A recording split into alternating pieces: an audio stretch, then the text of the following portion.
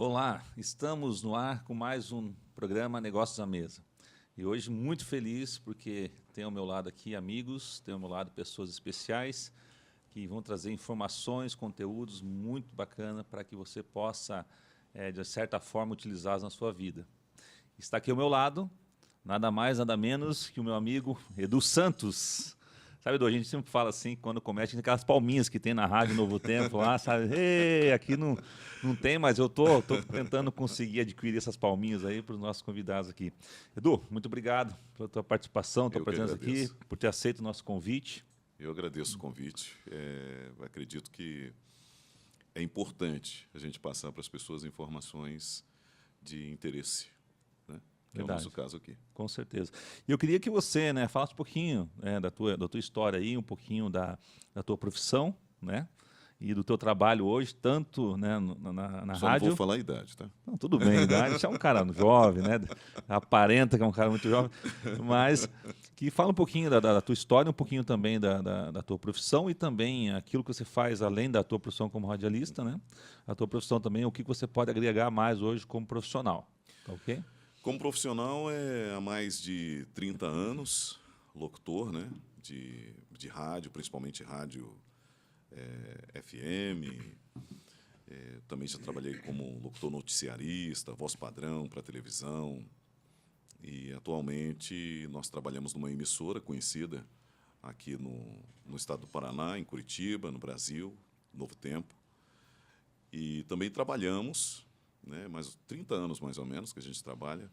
Nós temos também uma área comercial, produção comercial, para as agências de publicidade e meios de comunicação. Bacana. E a Rádio Novo Tempo, qual que é a frequência? A frequência é 106,5, 106,5 FM. Que bacana. E nessa emissora, né, nessa rádio, quanto tempo já aqui em Curitiba? Em Curitiba já tem 10 anos. 10 anos. 10 anos. 10 anos. A Rádio Novo Tempo em Curitiba? É. Tem uns 32, 33 anos. É porque eu falei, eu estou aqui há 10 anos. Há 10 anos já. 10 que anos. Bacana. E, Edu, e com relação assim, ao teu trabalho, né, com relação à parte da locução, o que você tem a oferecer assim, para as pessoas hoje, aí, para as empresas? Qual é o teu trabalho? Olha, a comunicação. Há pouco tempo, eu comecei a fazer um curso superior de contabilidade. Contabilidade? Contabilidade. Oxe. Aí, fazer contabilidade é números, né? Meus sentimentos. Contabilidade, ok. A primeira matéria, comunicação. Eu falei, como assim? Eu estou fazendo comunicação, jornalismo, contabilidade. Mas a primeira matéria é comunicação. Comunicação. Comunicação é tudo. Quando eu passo alguma informação no rádio, ou quando eu gravo um áudio para uma empresa, para algum segmento, e surge alguma dúvida com relação a isso, eu sempre falo com o empresário, com a pessoa que me pediu aquele áudio, ou até mesmo para o ouvinte do rádio. Eu tenho que transmitir algo para você que você compreenda, que você entenda. Eu não posso passar para você algo que você não entenda. Sim. Falar no meu que você não entenda nada. O que resolveu? Então, para mim, a comunicação é tudo. Você transmitir um produto, você transmitir uma mensagem que a pessoa compreenda. Bacana, bacana. Edu, e temos também conosco hoje uma pessoa muito especial. Famosa? Famosa. Cantor, não? Olha, deve cantar, viu? Deve cantar, porque tem cara de cantor. Cara de cantor sertanejo, ou coisa do tipo, ou samba, não sei. Mas vai dizer para nós daqui a pouco. Mas o nosso amigo, o nosso querido amigo aí, que eu já conheço há algum tempo já, há bastante tempo, falar nisso, né? Que é o Marcelo Simões. Marcelo, ele vai falar um pouquinho da história dele. Marcelo é proprietário de restaurante, é empresário, empreendedor, né? Gostaria, Marcelo, agradecer você pela tua participação hoje, por ter aceito o nosso convite, né, e passar um pouco da tua experiência para nós, para os nossos telespectadores aí, nossos ouvintes. Acredito que vai fazer total diferença para nossas vidas aí. Obrigado, Marcelo, pela tua presença. Obrigado pelo Palminha convite. também. Se tivesse palminha, depois de pôr palminha, Marcelo. Efeito rádio. Efeito rádio. Agradeço o convite, Alessandro. Assim, só corrigindo, eu desafino roncando, então eu não canto nada. Assoviando. Tem gente que consegue afinar. Eu já vi pessoas afinando assoviando, mas enfim. Então, no restaurante, eu faço. Acho que eu já fiz de tudo no restaurante, menos cantar, porque eu sei os meus limites, inclusive do ridículo. Né? Então, essa parte da cantoria não é comigo, não. Eu trabalho, digamos assim, já há 41 anos. Eu vou fazer 53, aliás, já fiz 53, vou fazer 54, mas eu trabalho desde os 12 anos. Né? E eu já fiz um pouco de muita coisa. Eu, quando tinha 12 anos, eu não queria pedir dinheiro para minha mãe para tocar o pneu da bicicleta, né? Porque rasgava o pneu, estragava. Sim, bastante. E aí eu fui ser feirante. Tinha uma feira na rua da casa da minha mãe e eu fui ajudar as amigas dela lá, que tinham as barracas de feirante. Era em São Paulo, era bem comum isso. E eu ganhava um dinheirinho, já podia fazer, né, as minhas coisas sem pedir dinheiro para minha mãe.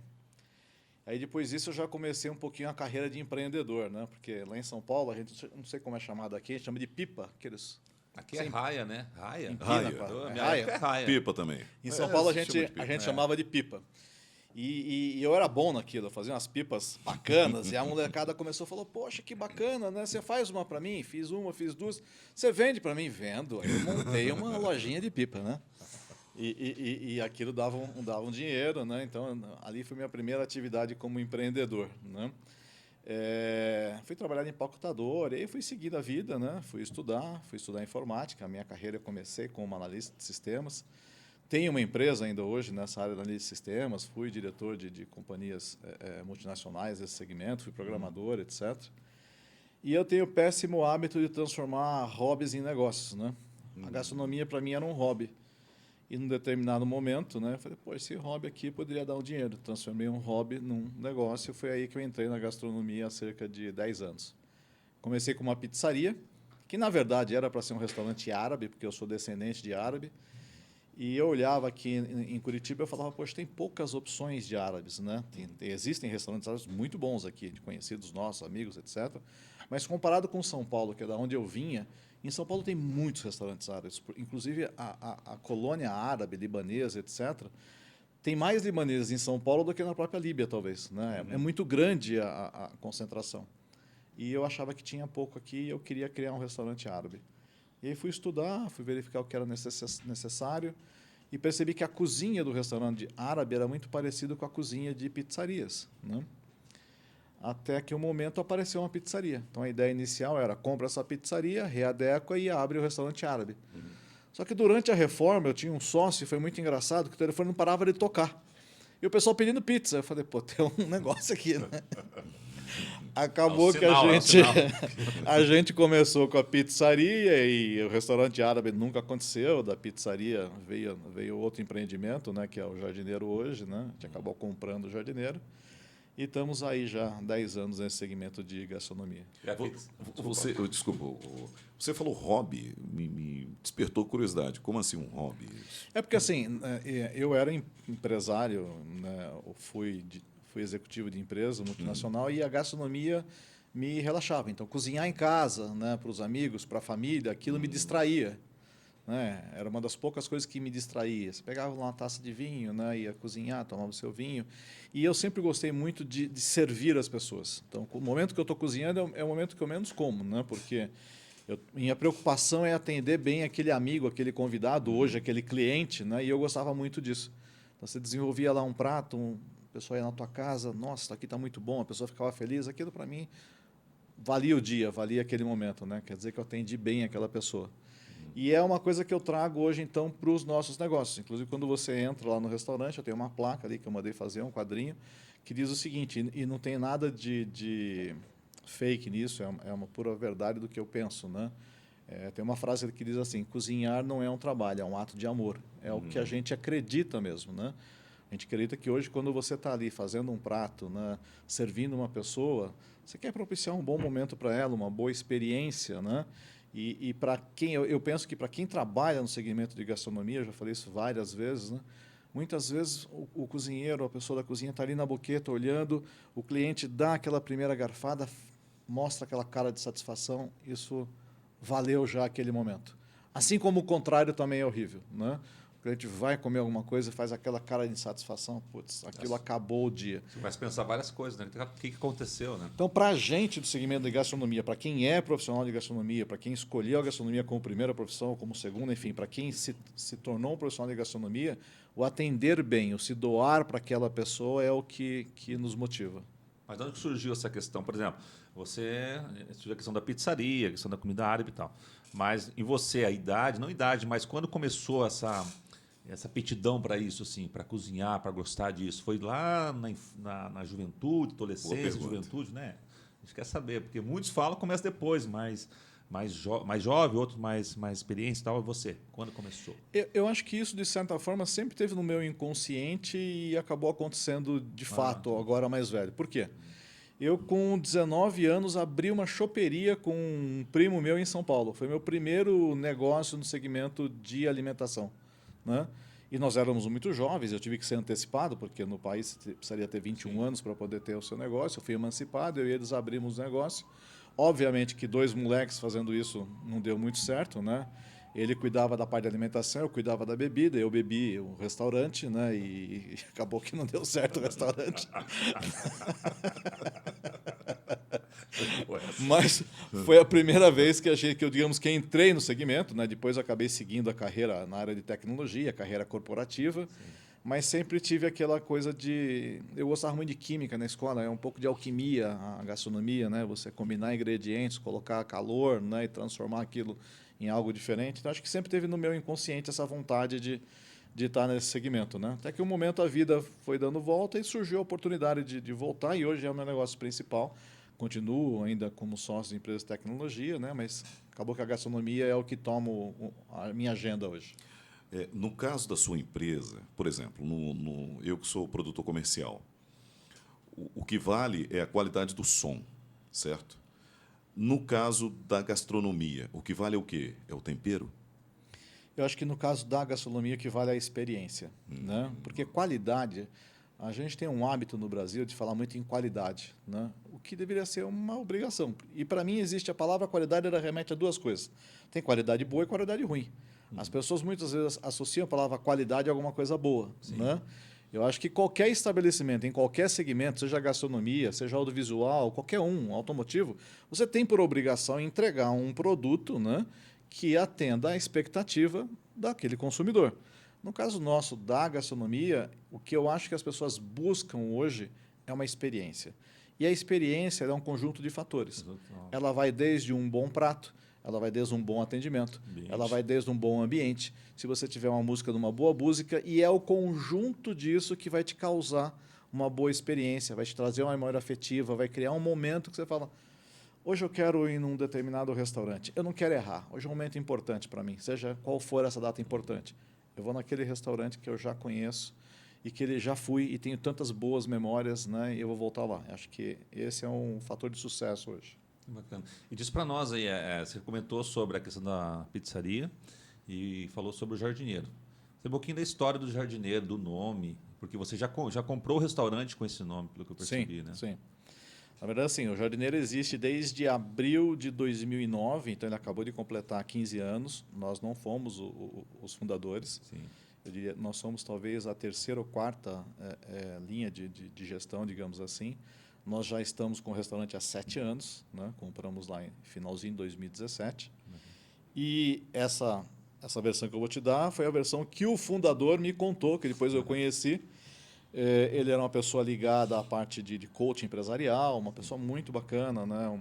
Uma filosofia de vida muito legal.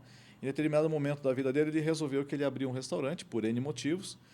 E na visão dele, né, o jardineiro, né, ele cuida das plantas, né? Então ele vai lá, ele poda a planta, ele rega a planta, né, ele coloca adubo na planta para que a planta cresça, floresça, né, e cada vez mais, né, traga felicidade, né, ou traga prazer para quem está vendo aquela planta, etc. E na visão dele, então assim, as pessoas que fossem ao restaurante, né, o jardineiro, por quê? Porque a gente queria, então, cuidar dessas pessoas, queria cuidar da alma dessas pessoas, queria dar um bom momento para ela, né? Então, assim como o jardineiro é a pessoa que cuida das plantas, então o restaurante seria a pessoa que cuidaria dessas pessoas que estivessem lá. Essa foi a ideia. Tem tudo a ver, né? Você conhece lá? Edu? Não conheço ainda. Vá lá. Olha, é muito bom. Tenho ainda. Tem um Significa- ainda. Esse ainda foi forte. E a cor, até a cor, né, das paredes lá, você fez um verdinho mais, né, puxado para... Acaba que toda a ambientação ela vai mais para esse Pra esse segmento da segmento, linha né? das plantas, né? Sim. E isso é uma coisa que você vê. A gente comprou o restaurante, mantivemos o nome, né? Porque para a gente também fazia sentido isso. Sim. Isso que eu falei de criar experiência, né? O que acontece muito no jardineiro e é um motivo de muita felicidade para a gente. Eu considero a minha missão cumprida já por isso, né? É muito comum as pessoas chegarem lá, por exemplo, aos sábados, que é o nosso dia de maior movimento, é por onde as pessoas nos reconhecem muito, que é o dia que a gente tem a feijoada.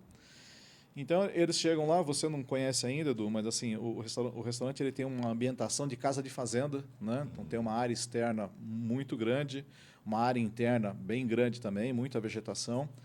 E a gente se especializou na linha de comida regional brasileira. Então, a gente tenta criar uma ambientação que tudo isso combine. Por exemplo, o cliente que vai buscar um ambiente, ou que gosta do rock, né? Ele quer ver chão quadriculado, guitarra na parede, boots para sentar, né?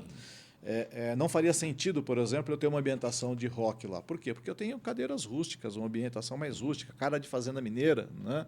Ainda a gente toca o samba, porque o samba com a feijoada, com esse ambiente, ele dá uma ambientação muito boa, né?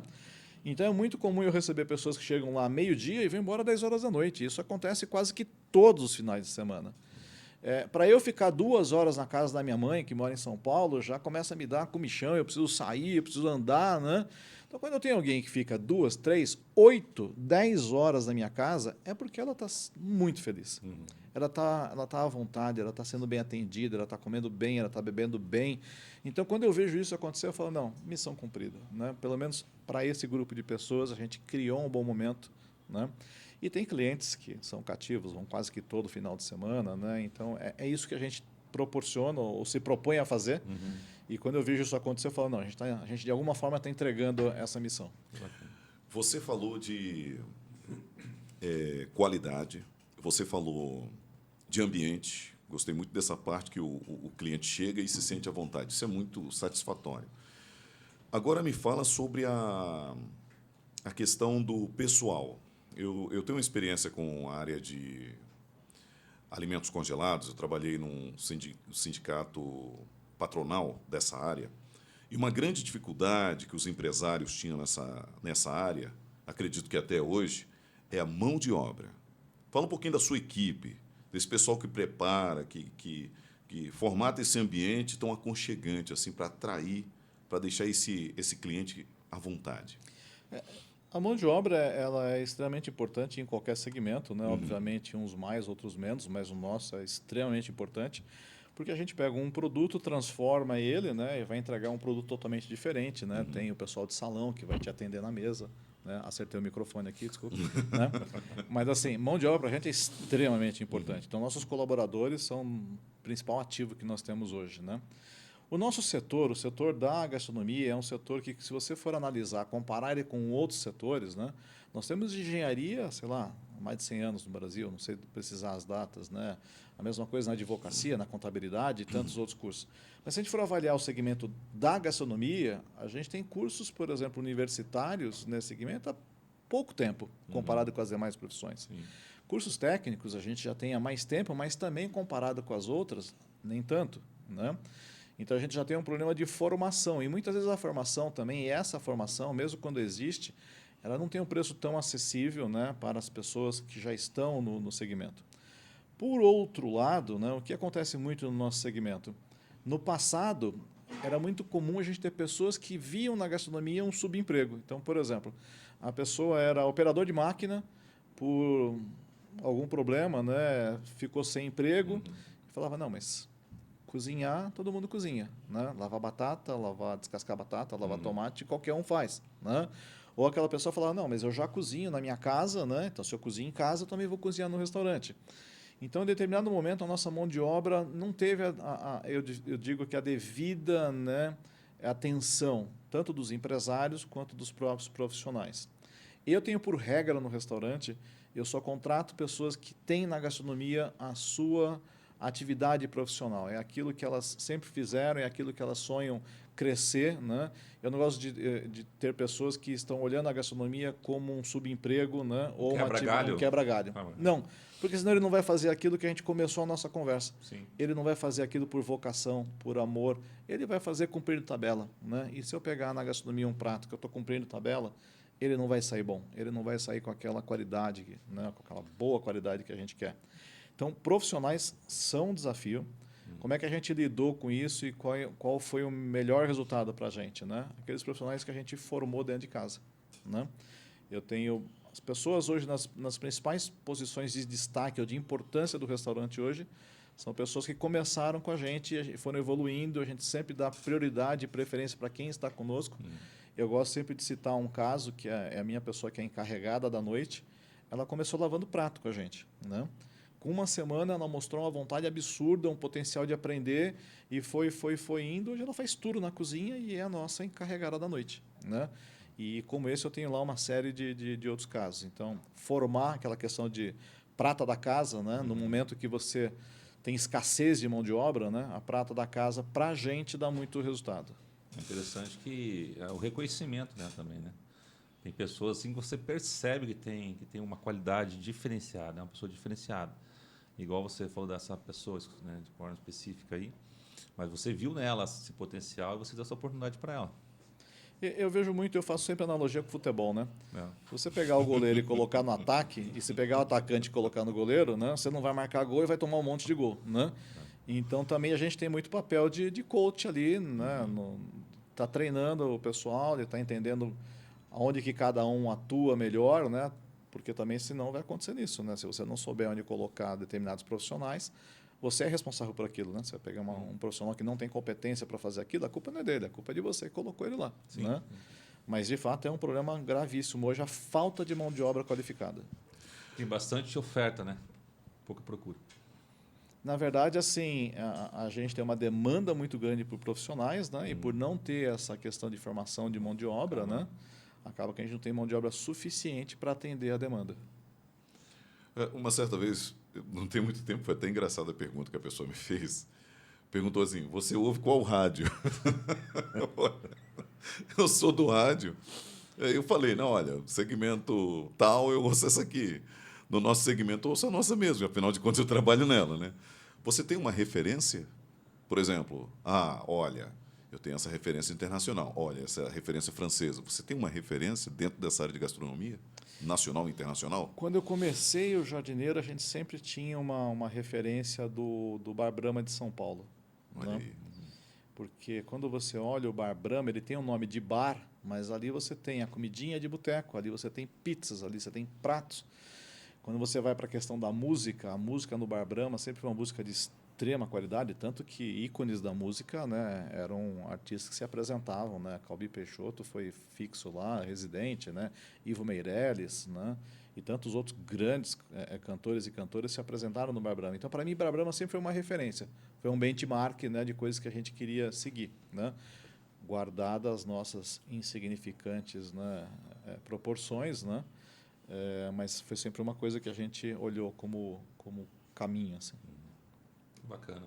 Você, como eu te conheço há um bom tempo, eu sei que hoje participa, né, da Brasel também, na parte ali digamos assim, qual que é o nome que chama ali a parte Eu faço parte do conselho, conselho administrativo. né? Você é o diretor do conselho administrativo. Na verdade, eu sou um dos diretores, né? O Do conselho conselho administrativo tem administrativo. alguns diretores e eu sou um dos diretores. Tá, e você entrou agora nessa última eleição Na atual que teve, gestão, né, que teve. E diz para nós um pouco dessa tua função lá, o que vocês debatem lá, focado na tua parte específica ali, o que seria? A Brasel, eu fui apresentado à Brasel relativamente há pouco tempo. Na pandemia, eu acabei conhecendo mais o trabalho da Brasel.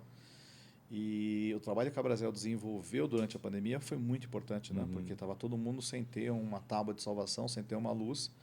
E a Brasel conduziu isso muito bem, né? A Brasel dialogou com o governo, dialogou com o mercado, com a sociedade. E ela ajudou muito no momento que você não sabe o que fazer. A pandemia foi uma coisa muito, muito difícil para o nosso setor, né? E eu comecei a participar. Na minha história passada, eu fui presidente de entidades, né? Fui diretor de entidades tanto no Paraná quanto no Brasil, em âmbito nacional. Então, eu conheço um pouco do trabalho associativista ali, de você desenvolver isso, né? Eu falo demais também, então assim, quando eu comecei a chegar na Brasel, eu falei, pô, mas posso ajudar aqui, posso ajudar ali, e o pessoal acabou me convidando para a diretoria, né? A diretoria acaba que ela não tem um papel específico, uma função específica. O trabalho da diretoria é ser apoio, né, da presidência. E aí, neste ano, a gente acabou criando 5 áreas, como se fossem áreas temáticas, grupos de trabalho, né? Então, tem um grupo de trabalho mais relacionado, né, à questão de articulação política, né, articulação com as entidades. Tem uma área de eventos, tem uma área de sustentabilidade, né? Hoje, durante algum tempo, eu ajudei o presidente e o diretor executivo na questão da articulação. Hoje, eu estou mais focado, ajudando mais o grupo de eventos, na geração de eventos, promoção de eventos, né, para que a gente traga mais eventos, né, para a sociedade e, consequentemente, para os associados. Bacana. Porque assim, nós que vivemos, né, eu como contador, né, desse segmento, e o Marcelo como proprietário, como empresário, enfim, vivenciamos esse período de pandemia que foi bem complexo, né? Não só para o segmento, como para todo mundo, né? Sim. Mas o segmento foi muito afetado. Estou falando profissionalmente, né? Não vou entrar no mérito, né, de outras questões das mortes, enfim. Mas a questão do negócio em si foi muito afetado. Então a gente percebeu ali que muitos restaurantes fecharam. Sim. Muitos restaurantes tiveram ajuda de outros restaurantes, pessoas que colaboraram para que aquele restaurante não fechasse, né? Então houve muita participação, solidariedade mesmo desse pessoal, eu considero um grupo bem fechado, né, Marcelo? Um grupo bem participativo entre todos, né? Eu não diria um grupo fechado, mas é um grupo muito participativo. Participativo, né? Até porque nós hoje, só em Curitiba, nós temos 600 associados, no Paraná são 1.000 associados, né? Então, uma entidade que tem 1.000 associados no Paraná não pode dizer que é um grupo fechado, né? Mas a gente tem um grau de participação hoje muito grande entre os associados. Eu acho que quando eu comecei quando a palavra fechado, no sentido assim de estamos juntos, entendeu? Ah, sim. Fecharam Parceria. no segmento de parceria. Justamente, né? essa parceria. Porque teve restaurantes até, inclusive, que pegou fogo, não na época de pandemia, mas pós-pandemia ali e tal, né? E o pessoal da Brasel fizeram um trabalho bacana de poder levantar fundos aí para poder reconstruir o restaurante. Isso Eu acho que o marcou momento da bastante. pandemia ele aflorou essa questão da contribuição, né, da parceria entre os proprietários, né, os associados da Brasel e também pessoas que não eram associados, mas eram do setor, porque chegou no momento que estava todo mundo no mesmo barco, né? Não podia abrir, ninguém abre, né? Então estava todo mundo com o mesmo problema. E aí todo mundo falou, não, peraí, vamos arregaçar a manga, o que a gente pode fazer juntos aqui? Então acho que aquele momento aflorou muito esse sentimento de ajuda, né? Vamos trabalhar juntos aqui por um benefício maior que é o setor, né? E inclusive na época o Nelson, que era o presidente da Brasel, desenvolveu um papel difícil, um momento difícil, né? Mas acho que ele soube conduzir muito bem esse momento. Eu percebo que nesse momento a entidade se fortaleceu. E hoje é sucesso que tem demonstrado, né? Toda a mídia aí. E diga uma coisa para mim, com relação ao jardineiro, quais são as expectativas para o jardineiro, futuro aí, médio, longo prazo, o que você tem para trazer de novidade para nós aí? Então, quando você tocou no ponto da pandemia, a pandemia já foi, de fato, a pandemia passou. Né? Os restaurantes estão começando a voltar a ter a sua característica do período antes da pandemia, mas o jardineiro se reinventou? Muito, né? Tivemos que fazer isso, né? O Nelson diz uma frase que é bem interessante, que eu acabo replicando, né? Muitas vezes os clientes vêm e falam, agora que bom, tá tudo normal, voltou ao normal, né? E o Nelson falou, uma vez eu guardei bem isso. Não é que voltou ao normal, o movimento voltou, né? Mas o normal era a gente ter dinheiro investido, a gente não ter dívida de imposto, né? A gente empréstimo, né? Não tem empréstimo do Pronamp, né? Isso pegou muita gente. Né? Isso era o normal, né? Então assim, o movimento voltou, graças a Deus, né? Mas a gente ainda vive um momento que quem sobreviveu usou as suas economias, né? Usou a sua reserva, teve que buscar dinheiro no mercado, que uma grande maioria está pagando ainda, né? A gente não voltou ainda a uma normalidade. Normalidade seria a gente, como empresário, ter a situação financeira mais confortável. Né? Sim. Então, a gente acabou tendo que se reinventar, porque os hábitos de consumo também mudaram. Né? Então, veio muito forte, né, a questão do home office. Então, com isso, com as pessoas em home office, vários eixos da cidade, o movimento de almoço caiu, porque naquele momento a pessoa estava em casa, né? Alavancou, por um outro lado, a questão do delivery, né? Por outro lado, as pessoas passavam o dia todo na frente de uma tela, em uma conferência atrás da outra. Aí ele não consumia o dia, mas chegava à noite, ele queria sair para respirar, para ter uma visão de ver gente, né? Porque passava o dia numa tela ali fechado.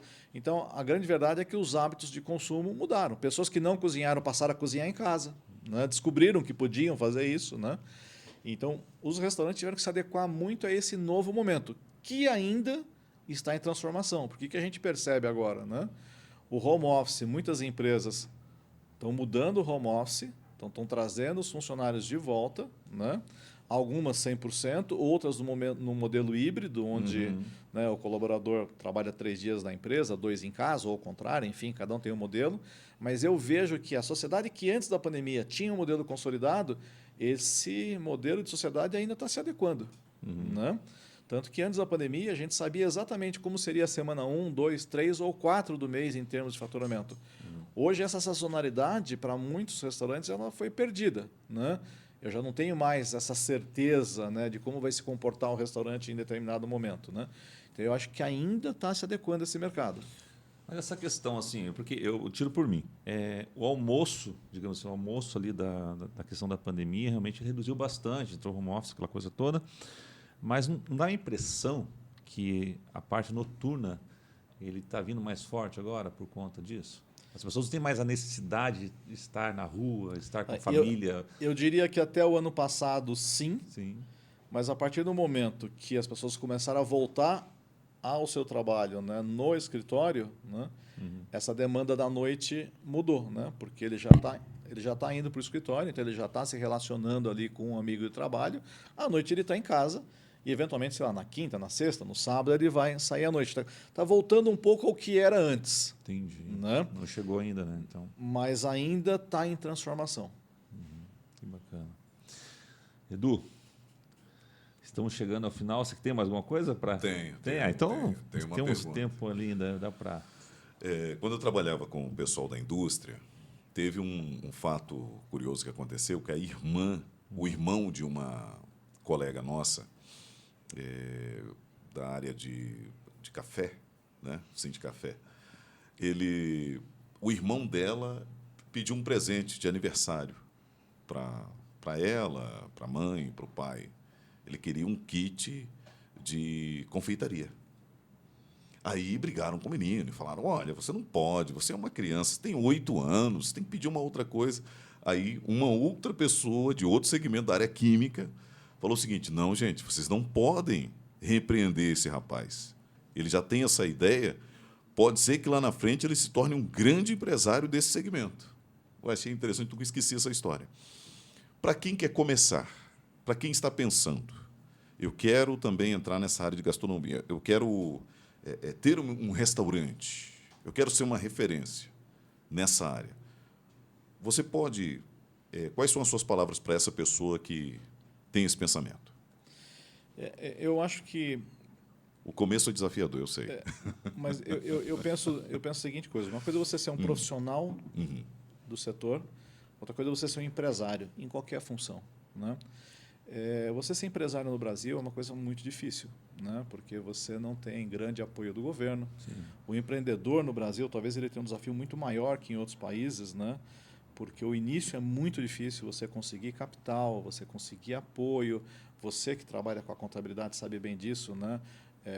A burocracia, né? Apesar de em alguns estados, né, ela está diminuindo, mas ela ainda é muito grande e o nosso setor, como é um setor normatizado, a burocracia é muito grande, você vai ter que lidar com o meio ambiente, com a vigilância sanitária, com o urbanismo, né, com a prefeitura, com o estado, né? Com bombeiros, com polícia, são muitas demandas ainda, né? Então, eu acho que a primeira pessoa tem que começar. Começa ali, né, como um funcionário, um colaborador, vai conhecer o meio, né? Não é uma profissão fácil, né? Então, assim, a televisão ela foi muito importante e é muito importante, né? As mídias, os programas de gastronomia, porque eles mostraram, né? Exponenciaram a visão da gastronomia, né? Só que muita gente também está vendo nisso uma visão romântica, né? A pessoa acha que vai fazer um curso, Isso é o lado bom, vai ser um né? chefe de cozinha e amanhã tem uma estrela premiada, duas, né? Tem uma referência no mundo e já vai ter o seu restaurante com a porta cheia. Gente, isso é igual jogador de futebol, né? Quantos milhares fazem peneira, né? E quantos grandes ídolos saem dessa peneira, né? Na gastronomia, assim como várias outras profissões, é a mesma coisa. Então, a primeira coisa, acho que ele deveria estudar, né? O estudo é importante em qualquer função. Então, tem que estudar, tem que ir para o segmento, tem que conhecer. Vai trabalhar 8 horas de pé, vai trabalhar sábado, vai trabalhar domingo. No feriado, que é o dia que está todo mundo curtindo, ele vai trabalhar em alguns, né? Então, tem que saber disso, tem que conhecer do setor. A questão dele ter o empreendimento dele ou não vai depender do perfil dele. Se ele tem o perfil de empreendedor, se ele tem uma boa ideia, né, que vai lá e funciona. Mas eu acho errado, né, a pessoa, que eu vejo muita gente falando isso, né? Ah, vou fazer o curso de chefe de cozinha. Primeiro, chefe de cozinha não existe, né? Chefe de cozinha é um cozinheiro que tem uma habilidade de chefiar. Em algum momento ele se torna chefe, né? Mas as pessoas acham que eles já vão fazer um curso de gastronomia e vão sair chefiando lá uma equipe de um restaurante. Não é assim, né? Toda profissão você começa de baixo, você não tinha estagiário, né? Então você começa ali aprendendo e vai galgando, né, o seu nível de importância na empresa. Né? Então o que eu recomendaria é, se é para cozinha, vai fazer um curso, começa ali como auxiliar de cozinha, vai ganhando qualificação, seja curioso. Tem que estudar a todo momento, eu estudo a todo momento, né? Eu era de uma outra profissão, eu fiz o curso de chefe de cozinha, eu fiz uma pós-graduação, né, na linha de cozinha autoral, fiz um curso técnico fora do país nisso. Estou todo dia estudando, porque conhecimento é importante em qualquer função, né?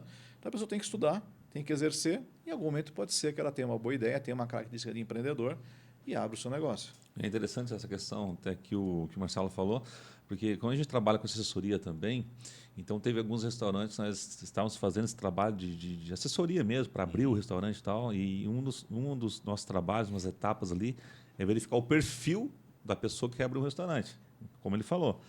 E daí uma das perguntas é, você tem disponibilidade de tempo? Por exemplo, uma das perguntas, o que você faz em dezembro, janeiro?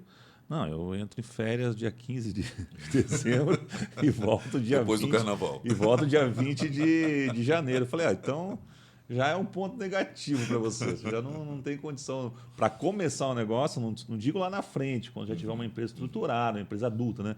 Mas nesse sentido já não é o teu perfil, porque se você tira essas férias de 30 dias, no principal momento, né, da gastronomia, que é o final do ano, que é a maior demanda, né? Então já demonstra que desconhece o setor, só pensa na questão do quê? Do negócio em si. E eu acho que é uma questão de vocação também, né? Porque assim, você tem policiais que trabalham em horários que não os comerciais, você tem médicos, você tem bombeiros, você tem motoristas de ônibus, você tem funcionários de supermercados, funcionários... Você tem um monte de profissões que trabalham em horários alternativos. Então, a primeira coisa é descobrir se você está disposto, né? Se você conhece a função e está disposto a encarar isso, né? Ah, não, eu quero trabalhar de segunda a sexta em horário comercial. Talvez tenha que procurar uma outra função que este horário se encaixa. Justamente. É isso, meus queridos. O horário aqui Aqui a gente podia ficar até às 10 horas da noite, tranquilo, teria assunto para discutir, para conversar, coisas boas aqui, mas realmente o tempo chega, a gente tem que respeitá-lo ali, tá? Foi um prazer estar com vocês aqui. Antes de terminar, eu tenho um bate-bola aqui com o Marcelo. Eu faço... É novo isso aqui, tá? Você está estreando isso aqui. Eu sou o cobaia. Eu sou o cobaia aqui. Eu vou falar uma palavra aqui, por exemplo, futuro. Você vai falar, responder rápido, coisa rápida assim, tá? Vou falar umas 5 aqui, tenho 10, mas eu vou falar umas 5 aqui. Eu pergunto para você, você responde bate-bola. Né? Você é um cara inteligente, porque o cara que... Quando o cara joga essa de ser o cara inteligente, não, ele já vai falando assim, não erra, senão eu vou te chamar de burro. Porque assim, ó, eu não sabia, mas o cara é programador. Ser programador não é um cara fraco, né? Não, é acima da média, né? Vamos falar assim, né? O cara gosta de química. Sim. Então o cara também não é fraco. É acima da média, né? Então, o cara tem que demonstrar a capacidade. Mas você quer química melhor que, né, aguardente, açúcar e limão? Isso aí me deixou sem palavras. Vai aumentar a audiência. Aumentar a audiência crescendo lá, pessoal. Vamos lá, então. Rapidinho aqui, depois eu vou dar as considerações finais para você também, mas vamos lá. Sonho do Marcelo. Viver melhor, viver com mais tempo a vida. O medo, Marcelo. Da morte. A morte. O que é a família para você? É a coisa mais importante. Teu propósito de vida. Ficar rico. Mentira. Meu propósito de vida é assim, eu costumo dizer para todo mundo, eu já entrei no segundo tempo, tenho 53 anos, não vou viver 106. Então, meu propósito de vida hoje é viver bem, estar próximo dos meus netos, estar próximo dos meus filhos, da minha esposa, esse é meu propósito hoje. Se você puder responder agora, né? Deixar bem claro aqui para não colocar o cara numa saia justa aqui. O que você não faria mais? O que eu não faria mais, assim, por escolha, eu diria que assim, tem determinadas situações ou determinadas coisas na vida que na minha idade, né, e talvez no meu momento de vida, eu procuro não fazer, eu me dou o luxo de não fazer. Lidar com pessoas de má índole, pessoas que não agregam, pessoas que vão fazer mal a alguém, né? Se eu puder evitar, eu vou evitar. Né? Entendi. Teve momentos da minha vida que, por carreira ou não, você tinha que estar próximo, tinha que ter o jogo de cintura, né? Hoje eu diria que tem uma tolerância menor a isso, né? Bacana. Então, nem doeu, né? Edu, tuas considerações finais para os nossos telespectadores que estão aí nos prestigiando a cada dia, mantendo esse programa no ar aí. Deixa uma palavra de despedida aí, de repente uma palavra de sei lá, quem pode dizer para você? Superação, uma palavra de motivação, uma palavra, enfim. Né? Estamos passando um momento difícil, Rio Grande do Sul, passando por tudo aquilo lá, né? Deixa uma palavra pessoal aí para, de repente, acalmar os corações, dar uma nova roupagem nas suas vidas. Tal. Eu acho que a palavra final para esse momento é não olhar para trás. A gente está falando, eu ouço muito agora, por causa dessa situação no Rio Grande do Sul, nós vamos recomeçar, nós vamos... O Rio Grande, a Porto Alegre vai voltar a ser o que era antes, vai voltar a sorrir. Eles estão até tocando uma música que fez muito sucesso no passado, hoje ressuscitaram essa música e estão tocando, mostrando vídeos do antes. Antes, né? né? Então, a palavra final para esse momento aqui, não olhe para trás. Siga em frente. Siga em frente. Não desista dos seus sonhos e dos seus objetivos. Bacana. Marcelo, o que você pode deixar para os nossos amigos aí? Eu gostei muito da colocação do Edu e toda vez que eu tive um grande problema, eu fiz exatamente isso. Levantar a cabeça, seguir em frente. E eu costumo brincar que muitas vezes a vida, para mim, ela parece um joguinho de tabuleiro que você joga os dados. Em alguns momentos você joga os dados e você anda 6 casas. Em alguns momentos você joga o dado e você anda 3 casas. Em alguns momentos você joga os dados e fala, volte 5 casas. Mas você sempre avança no tabuleiro. Você só vai parar de avançar no tabuleiro se você parar de jogar os dados. Né? Então, acho que seguir em frente é o que a gente tem que fazer. Bacana. E você de casa, obrigado pela tua participação, obrigado, né, por você estar fazendo esse programa, um programa interessante, um programa sempre bem visto. Que você possa se inscrever no nosso canal, né, no nosso podcast, também está lá no Spotify, também no YouTube. Se cadastre lá, se inscreva lá, compartilhe o nosso programa, porque esse programa é feito para você, para melhorar a sua vida e também o seu conhecimento. Obrigado mais uma vez, Marcelo. Obrigado, Edu. Que Deus os abençoe. Abraço no coração de todos. Obrigado. Um abraço.